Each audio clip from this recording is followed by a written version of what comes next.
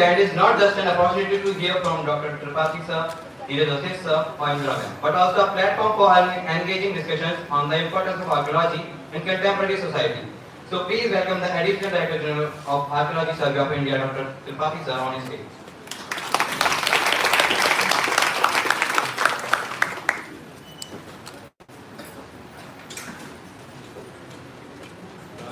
के सभी सदस्यों को मैं हृदय से आभार व्यक्त करना चाहता हूं जिन्होंने मुझे यह अवसर दिया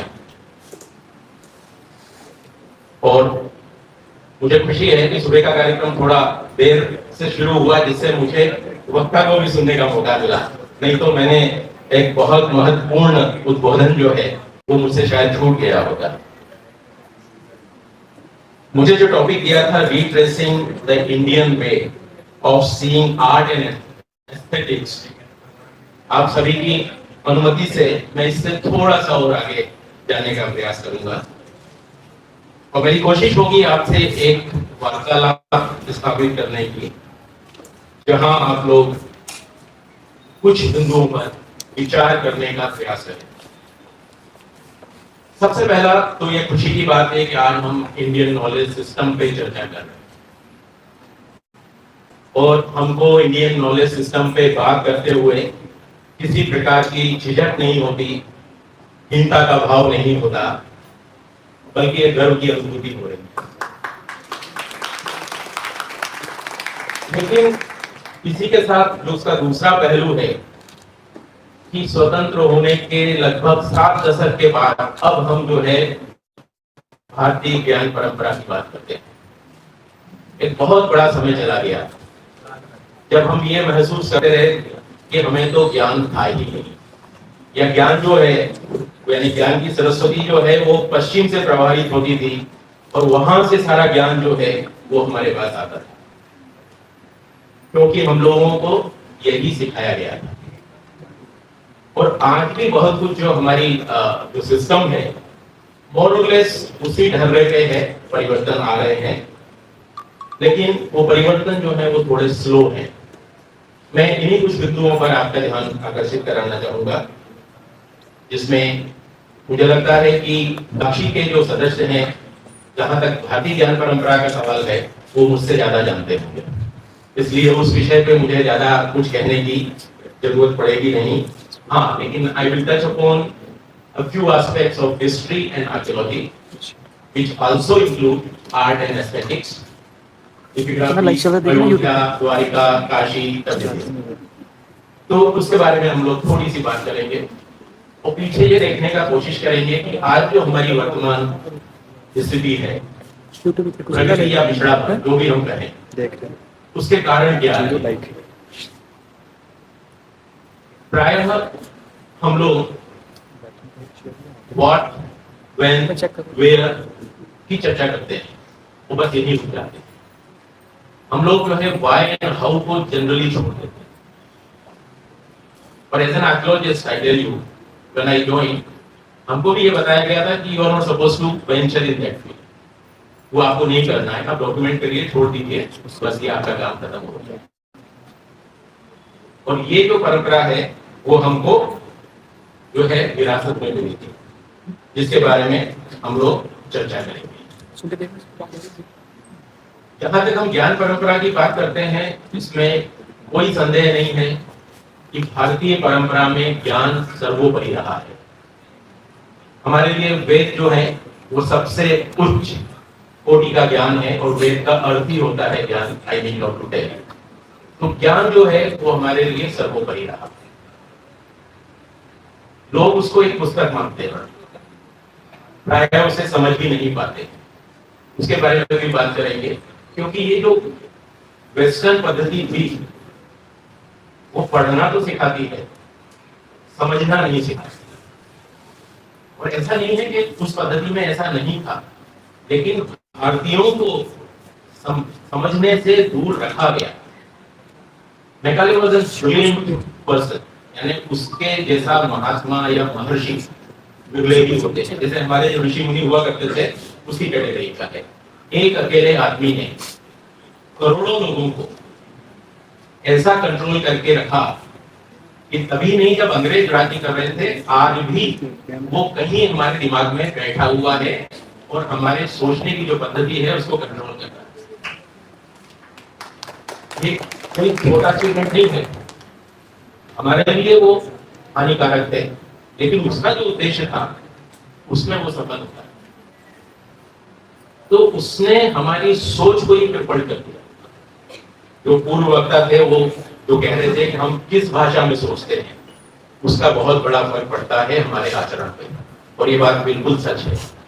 तो हमको ये महसूस करा दिया गया कि हम जो हैं वो हीन हैं, और जो हमारा ज्ञान था उस ज्ञान तक हमें पहुंचने से रोक दिया गया। उसका बड़ा सीधा सा एक था कि जिस भाषा में या जिन भाषाओं में वो ज्ञान है, हमको उससे दूर करके ऐसी भाषा दे दी गई कि हमारे पास जो है हम उसको जान ही नहीं पाते। हमें संस्कृत नहीं आती, हमें तेलुगु नहीं आती, तमिल नहीं आती, और भी जो लैंग्वेजेस हैं, हिंदी, उर्दू, अरबी, पर्शियन, वो भी सब कुछ नहीं आता। और हम लोगों ने जो है सिर्फ और सिर्फ इंग्लिश ट्रांसलेशन से पढ़ना, पढ़ाना और जानना और बहस करना सीख लिया। और वो ट्रांसलेशन वो था जो वो चाहते थे। एक छोटा सा उदाहरण है कि अगर किसी ने व्हाइट बोर्ड पे या ब्लैक बोर्ड पे लिख दिया NaCl, तो किसी बच्चे से कहो इसे पढ़ो, तो जिसने अंग्रेजी पढ़ना सीख लिया है वो पढ़ लेगा, वो कहेगा नकल नाक समथिंग लाइक दैट, है ना, NaCl क्या बनेगा। लेकिन उसे ये नहीं पता कि ये सोडियम क्लोराइड है, क्योंकि उसको समझना नहीं सिखाया है, उसको सिर्फ पढ़ना सिखाया है कि बेटा अंग्रेजी पढ़ लो, और अंग्रेजी में जो लिखा हुआ है उसने उसे पढ़ लिया। और यही चीज हमारे ग्रंथों के साथ हुई कि ग्रंथों में जो लिखा है वर्बेटिम उसको पढ़ के हमने कहा ये तो बकवास है। Na क्या मीनिंग है Na का या Cl क्या है वो हम नहीं जानते, हम सिर्फ उसको पढ़ रहे हैं। और वही हमारे जो ज्ञान के भंडार थे उनके साथ हुआ, तो उन्होंने शब्दों को पकड़ा, उनके मीनिंग को नहीं, उनके अर्थों को नहीं, या उनके गूढ़ रहस्यों को नहीं, क्योंकि वो नहीं जानते थे। थोड़ा दोष उनका भी नहीं था, क्योंकि उन्हें वो समझ ही नहीं थी, उनमें वो भारतीय दृष्टि नहीं थी। इसलिए जो सबसे पहले ट्रेवलर्स आए, जिन्होंने ये जो आधुनिक इतिहास है या आधुनिक पुरातत्व है, इसकी जब शुरुआत होती है तो विदेशी पर्यटक आते थे, वो हमारे स्मारकों को या हमारी संस्कृति को देखते थे और वो अपने ट्रेवलॉग्स में उसके बारे में लिखते थे। If you see the history of archaeology और दिस हिस्ट्री जब ये शुरू हुई, तो सबसे पहले वर्णन जो है हमको जो कोस्टल साइट्स हैं उनका मिलता है, क्योंकि वो लोग जहाज से आते थे, आसपास के क्षेत्रों को देखते थे। तो अगर इंडिया में आर्कियोलॉजी की शुरुआत होती है तो वो एलिफेंटा, कान्हेरी, एलोरा, उड़ीसा कोस्ट पे पुरी, कोणार्क, इन स्थलों से होती है, क्योंकि वो लोग आके इनको देखा करते थे। और ये जो स्थापत्य था या जो मूर्तियां थी वो उनकी समझ से परे थी, तो जैसा वो देखते थे ऐसा उसको डिस्क्राइब करते थे। और यदि आप देखें जो अगली राइटिंग्स हैं, 17वीं शताब्दी में इटालियन ट्रेवलर्स लिखता है कि these pagodas are made in a very ugly form, क्योंकि उसको वास्तु का ज्ञान नहीं है, उसकी उनको फंक्शनल जो इंपॉर्टेंस है या यूटिलिटी है उसके बारे में नहीं पता है, उसको आइकोनोग्राफी के बारे में कुछ नहीं पता है। उसके लिए तो वो मॉन्स्टर थे, उनके 4 हाथ हैं, 8 हाथ हैं, एनिमल का मुंह है, क्योंकि उनको कुछ नहीं पता था, उन्होंने उसको डिस्क्राइब किया। और पूरे वेस्ट ने वही सोचा कि भारत में तो ऐसे लोग होते हैं, ऐसी उनकी संस्कृति है, वो लोग जो है बहुत पिछड़े हुए हैं। और ये परंपरा जो है या ये सोच बहुत रिसेंट समय तक चलती रही। आई रिमेम्बर मैं जब पहली बार एक इंटरनेशनल अंडर वाटर इवेंट में भाग लेने के लिए फ्रांस गया, तो फॉरेन मिनिस्ट्री से एक लेडी मुझे रिसीव करने आई थी। जब उसने रिसीव किया, I was 23 years that time, तो उसने कहा कि I was looking for someone with a turban like a raja, क्योंकि इंडियंस की जो है वो स्थिति यही थी कि जब हम लोग डाइविंग करने जाते थे वो पूछते थे आपके यहाँ ये भी होता है, आपके यहाँ ऐसा भी है, क्योंकि उनको लगता था आज भी हम लोग जो है वो भालू और बंदर नचाते हैं। And that is what they had, I am talking about 1990s। तो ये एक इमेज भारत की बनी हुई थी और लोग उसको जो है बहुत बड़ा चढ़ा के बताते थे। वहां पे एक इंटरनेशनल सीरियल आता था, ग्रेट रेलवेज, तो उसमें जब इंडिया का एपिसोड आया उस समय शताब्दी चलना शुरू हो गई थी एंड आई थॉट इसमें हमारी जो बेस्ट रेल है वो शताब्दी को दिखाएंगे, लेकिन उन्होंने पंजाब में दिखाई और निजामुद्दीन से लेके आगरा तक का सफर, और जिसमें दोनों साइड की रोड, जिसमें सुअर जो है वो कीचड़ में लौट रहे हैं और मथुरा में जो है लोग प्लेटफॉर्म पे खाना बना रहे हैं, और वही सब दिखाया गया। तो ये सारा जो है एक प्लान था, एक डिजाइन था, वो बहुत समय तक चलता रहा और हम लोग कहीं ना कहीं इसमें जो है उनको सहयोग करते रहे। और जो हमारा इतिहास का निर्माण हुआ पुरातत्व के माध्यम से, क्योंकि 1920 तक ये माना जाता था कि भारत का इतिहास है ही नहीं, उसकी शुरुआत होती है अलेक्जेंडर के आक्रमण से। वो तो 1920 में जब उत्खनन हुआ, कहाँ का? हड़प्पा का। ओके, किसने किया था? दयाराम साहनी। तो दयाराम साहनी ने जब एक्सकवेशन किया तो भारत का इतिहास जो है एक ही झटके में 2000 साल पीछे चला गया। दयाराम साहनी पहले व्यक्ति नहीं थे हड़प्पा को खोदने वाले। हड़प्पा को 19वीं शताब्दी में अलेक्जेंडर कनिंघम ने, जो कि डायरेक्टर जनरल थे आर्कियोलॉजिकल सर्वे ऑफ इंडिया के, उन्होंने इसको खोदा था। लेकिन उनका दृष्टिकोण यूरोपियन था, उनकी जो खोज थी वो कुछ अलग थी। उन्होंने वहां खोदा, उनको वहां सिक्के नहीं मिले, उनको वहां मूर्तियां नहीं मिली, उनको जो चाहिए था वो नहीं मिला, और उन्होंने लिखा कि ये साइट ऐसे ही है, बेकार है, इसका कोई महत्व नहीं, और वो इसको समझ नहीं पाए। वहां पे एक सील मिल चुकी थी, उस सील के ऊपर एक स्क्रिप्ट था, और चूंकि उनकी ये सोच थी कि भारत के लोगों का तो इतिहास है ही नहीं, तो उन्होंने बड़े कन्वीनियंटली कह दिया कि ये विदेशी है। और इसकी वजह से वो उस जो कि एक यानी उनकी लाइफ की शायद सबसे बड़ी खोज होती, उपलब्धि होती, उससे वो चूक गए। दयाराम साहनी ने जब एक्सकवेशन किया, उनको वही सील मिली, वही स्क्रिप्ट था, and Dayaram Sahni calls it protography, क्योंकि उनकी दृष्टि भारतीय थी और उनका विश्वास था कि ये भारत की ही लिपि है, पढ़ नहीं पाते, ब्राह्मणी हम पढ़ सकते हैं, ब्राह्मणी से पहले की है, तो उन्होंने उसको प्रोटोग्राफी किया। जिसका मार्शल उनको एक चिट्ठी लिखता है और कहता है डोंट कॉल इट प्रोटोग्राफी।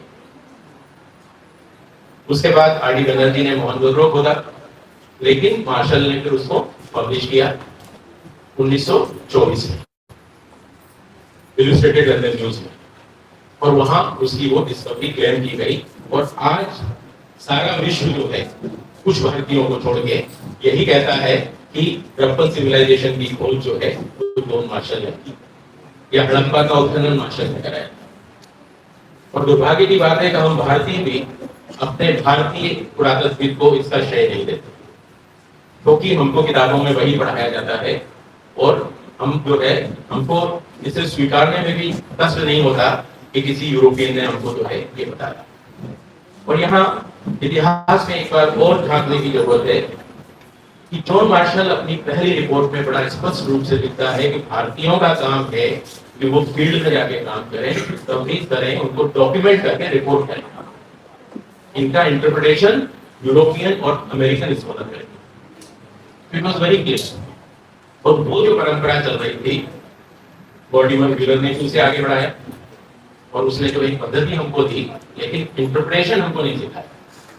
उनको चाहिए थे डिगर्स, कि इंडियंस आए, खोदें, खोद के मटेरियल निकालें और उनको दें, और उसके बाद वो अपने कन्वीनियंस से उसको इंटरप्रेट करें। यही कारण है कि हमारी सारी धरोहर को गलत रूप से बहुत हद तक इंटरप्रेट करके एक ऐसा इतिहास लिखा गया जो सच से कहीं दूर है।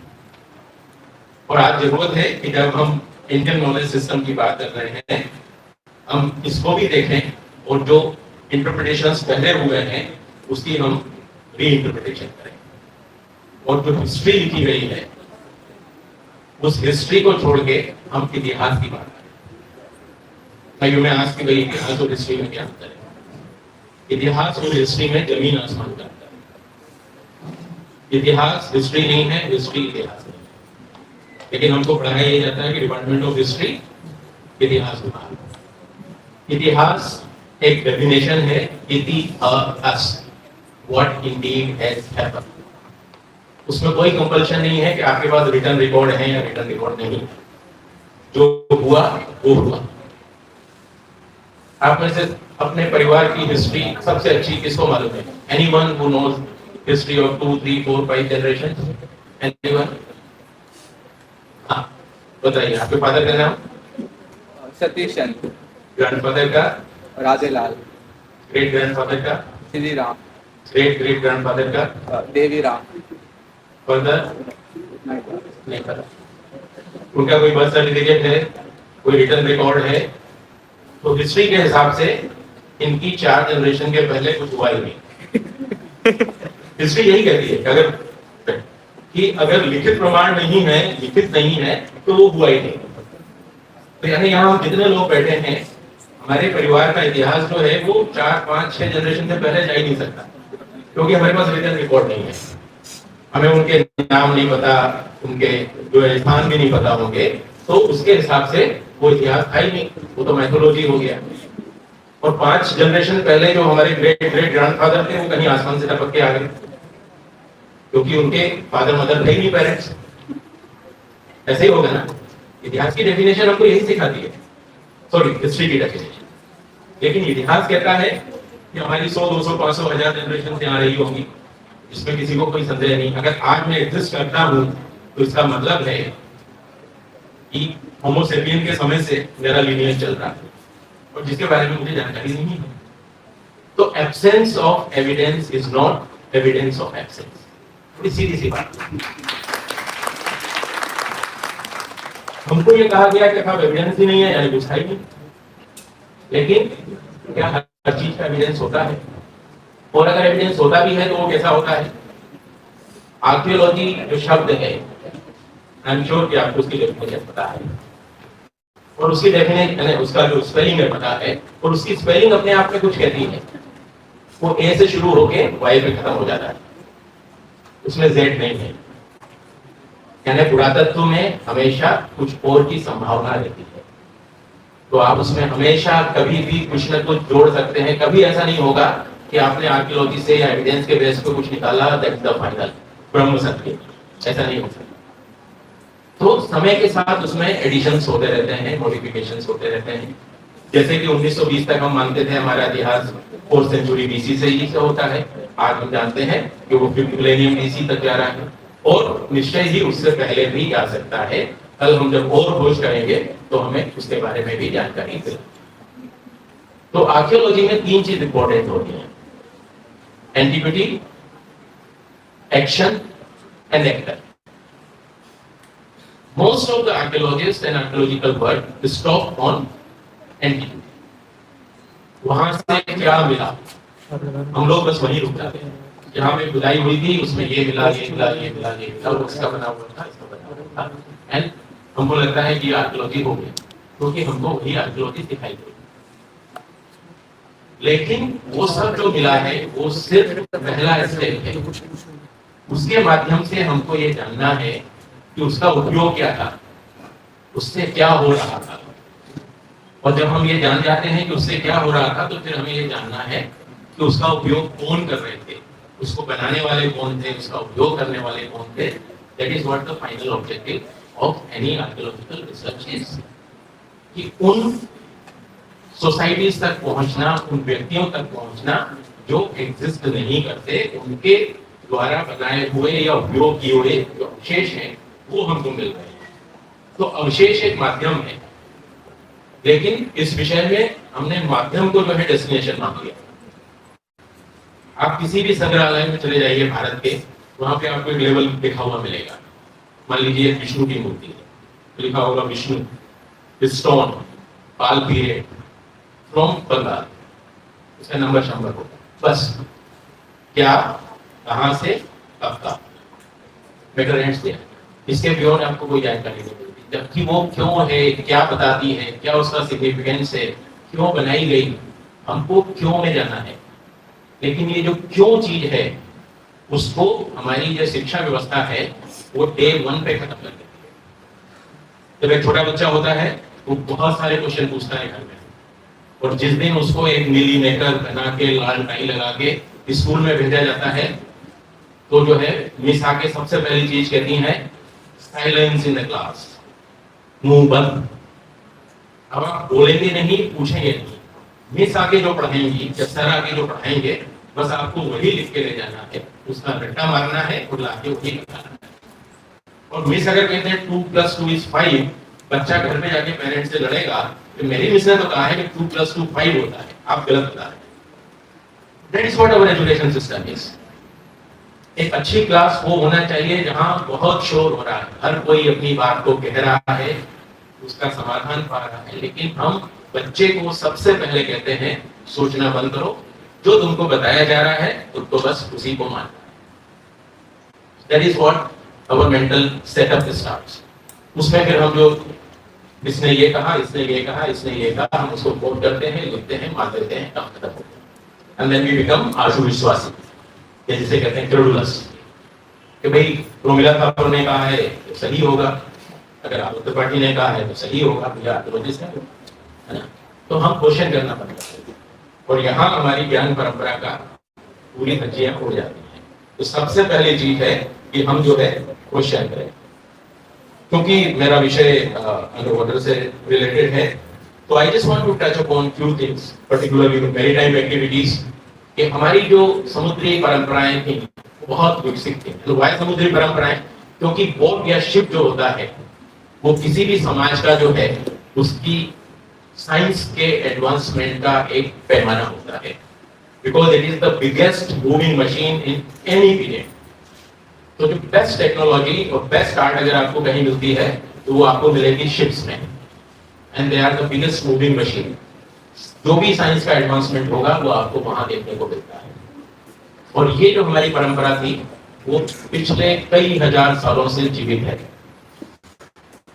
जो हड़प्पन थे, हड़प्पन को हम लोग जो है इंडस सिविलाइजेशन भी कहते हैं, लेकिन आपको पता है कि कन्वेंशन है, एक हड़प्पन कल्चर है, नाम सुना है?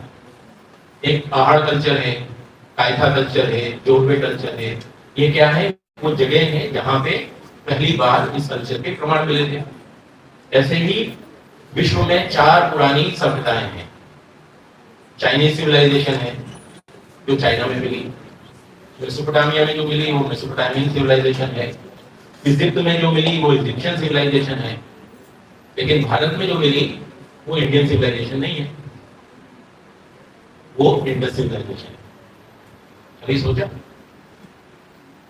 1923 में मार्शल खुद लिखता है इंडियन सिविलाइजेशन, लेकिन इंडियन सिविलाइजेशन ब्रिटिश रूल के हित में नहीं था, तो एक नया शब्द कॉइन किया गया जो कि कन्वेंशन से अलग था।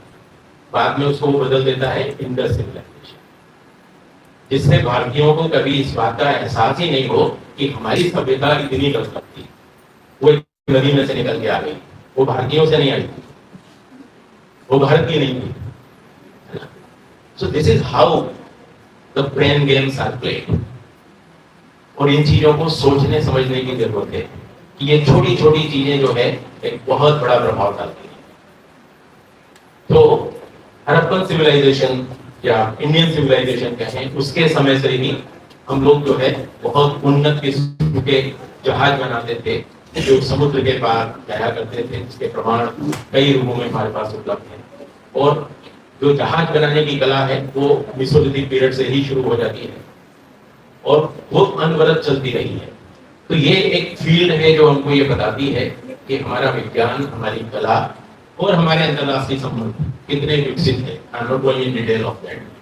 तो ये एक सिर्फ क्षेत्र या एक विषय है जो हमको ये बताता है कि हम कितने उन्नत थे, और वो हम हमेशा बने रहे।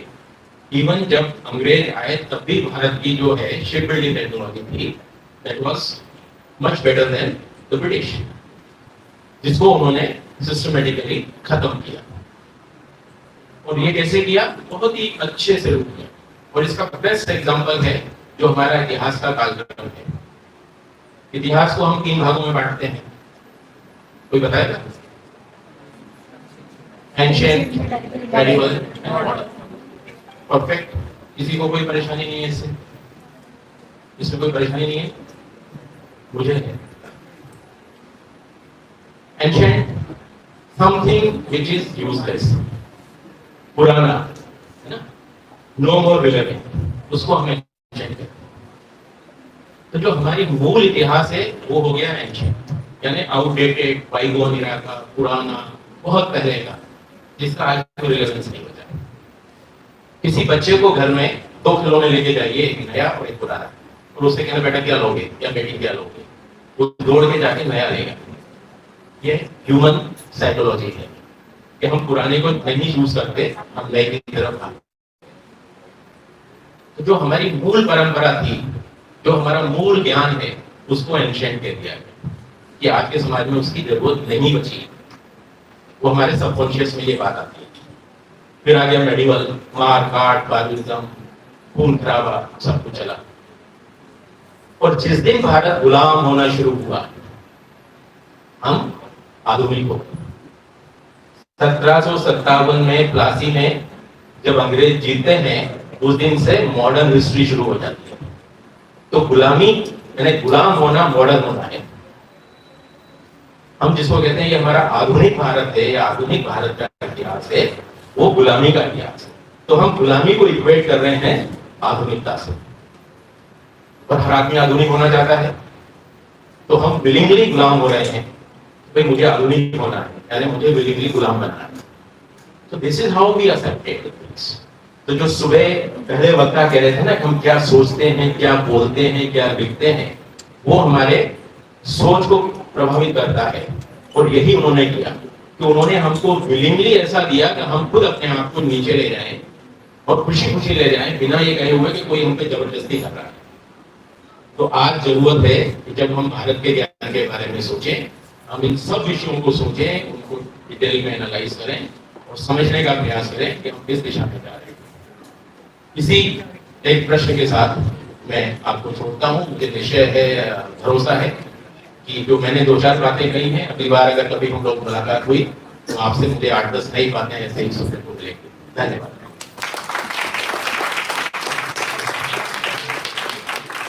बहुत बहुत धन्यवाद सर। वास्तव में ना तो संस्कार बड़े हैं ना शिक्षा, जो बड़ा है वो है संस्कार युक्त शिक्षा। और ये सबूत है कि आज की आधुनिक शिक्षा प्रणाली को भारतीय ज्ञान परंपरा के साथ हाथ मिलाने की कितनी आवश्यकता है।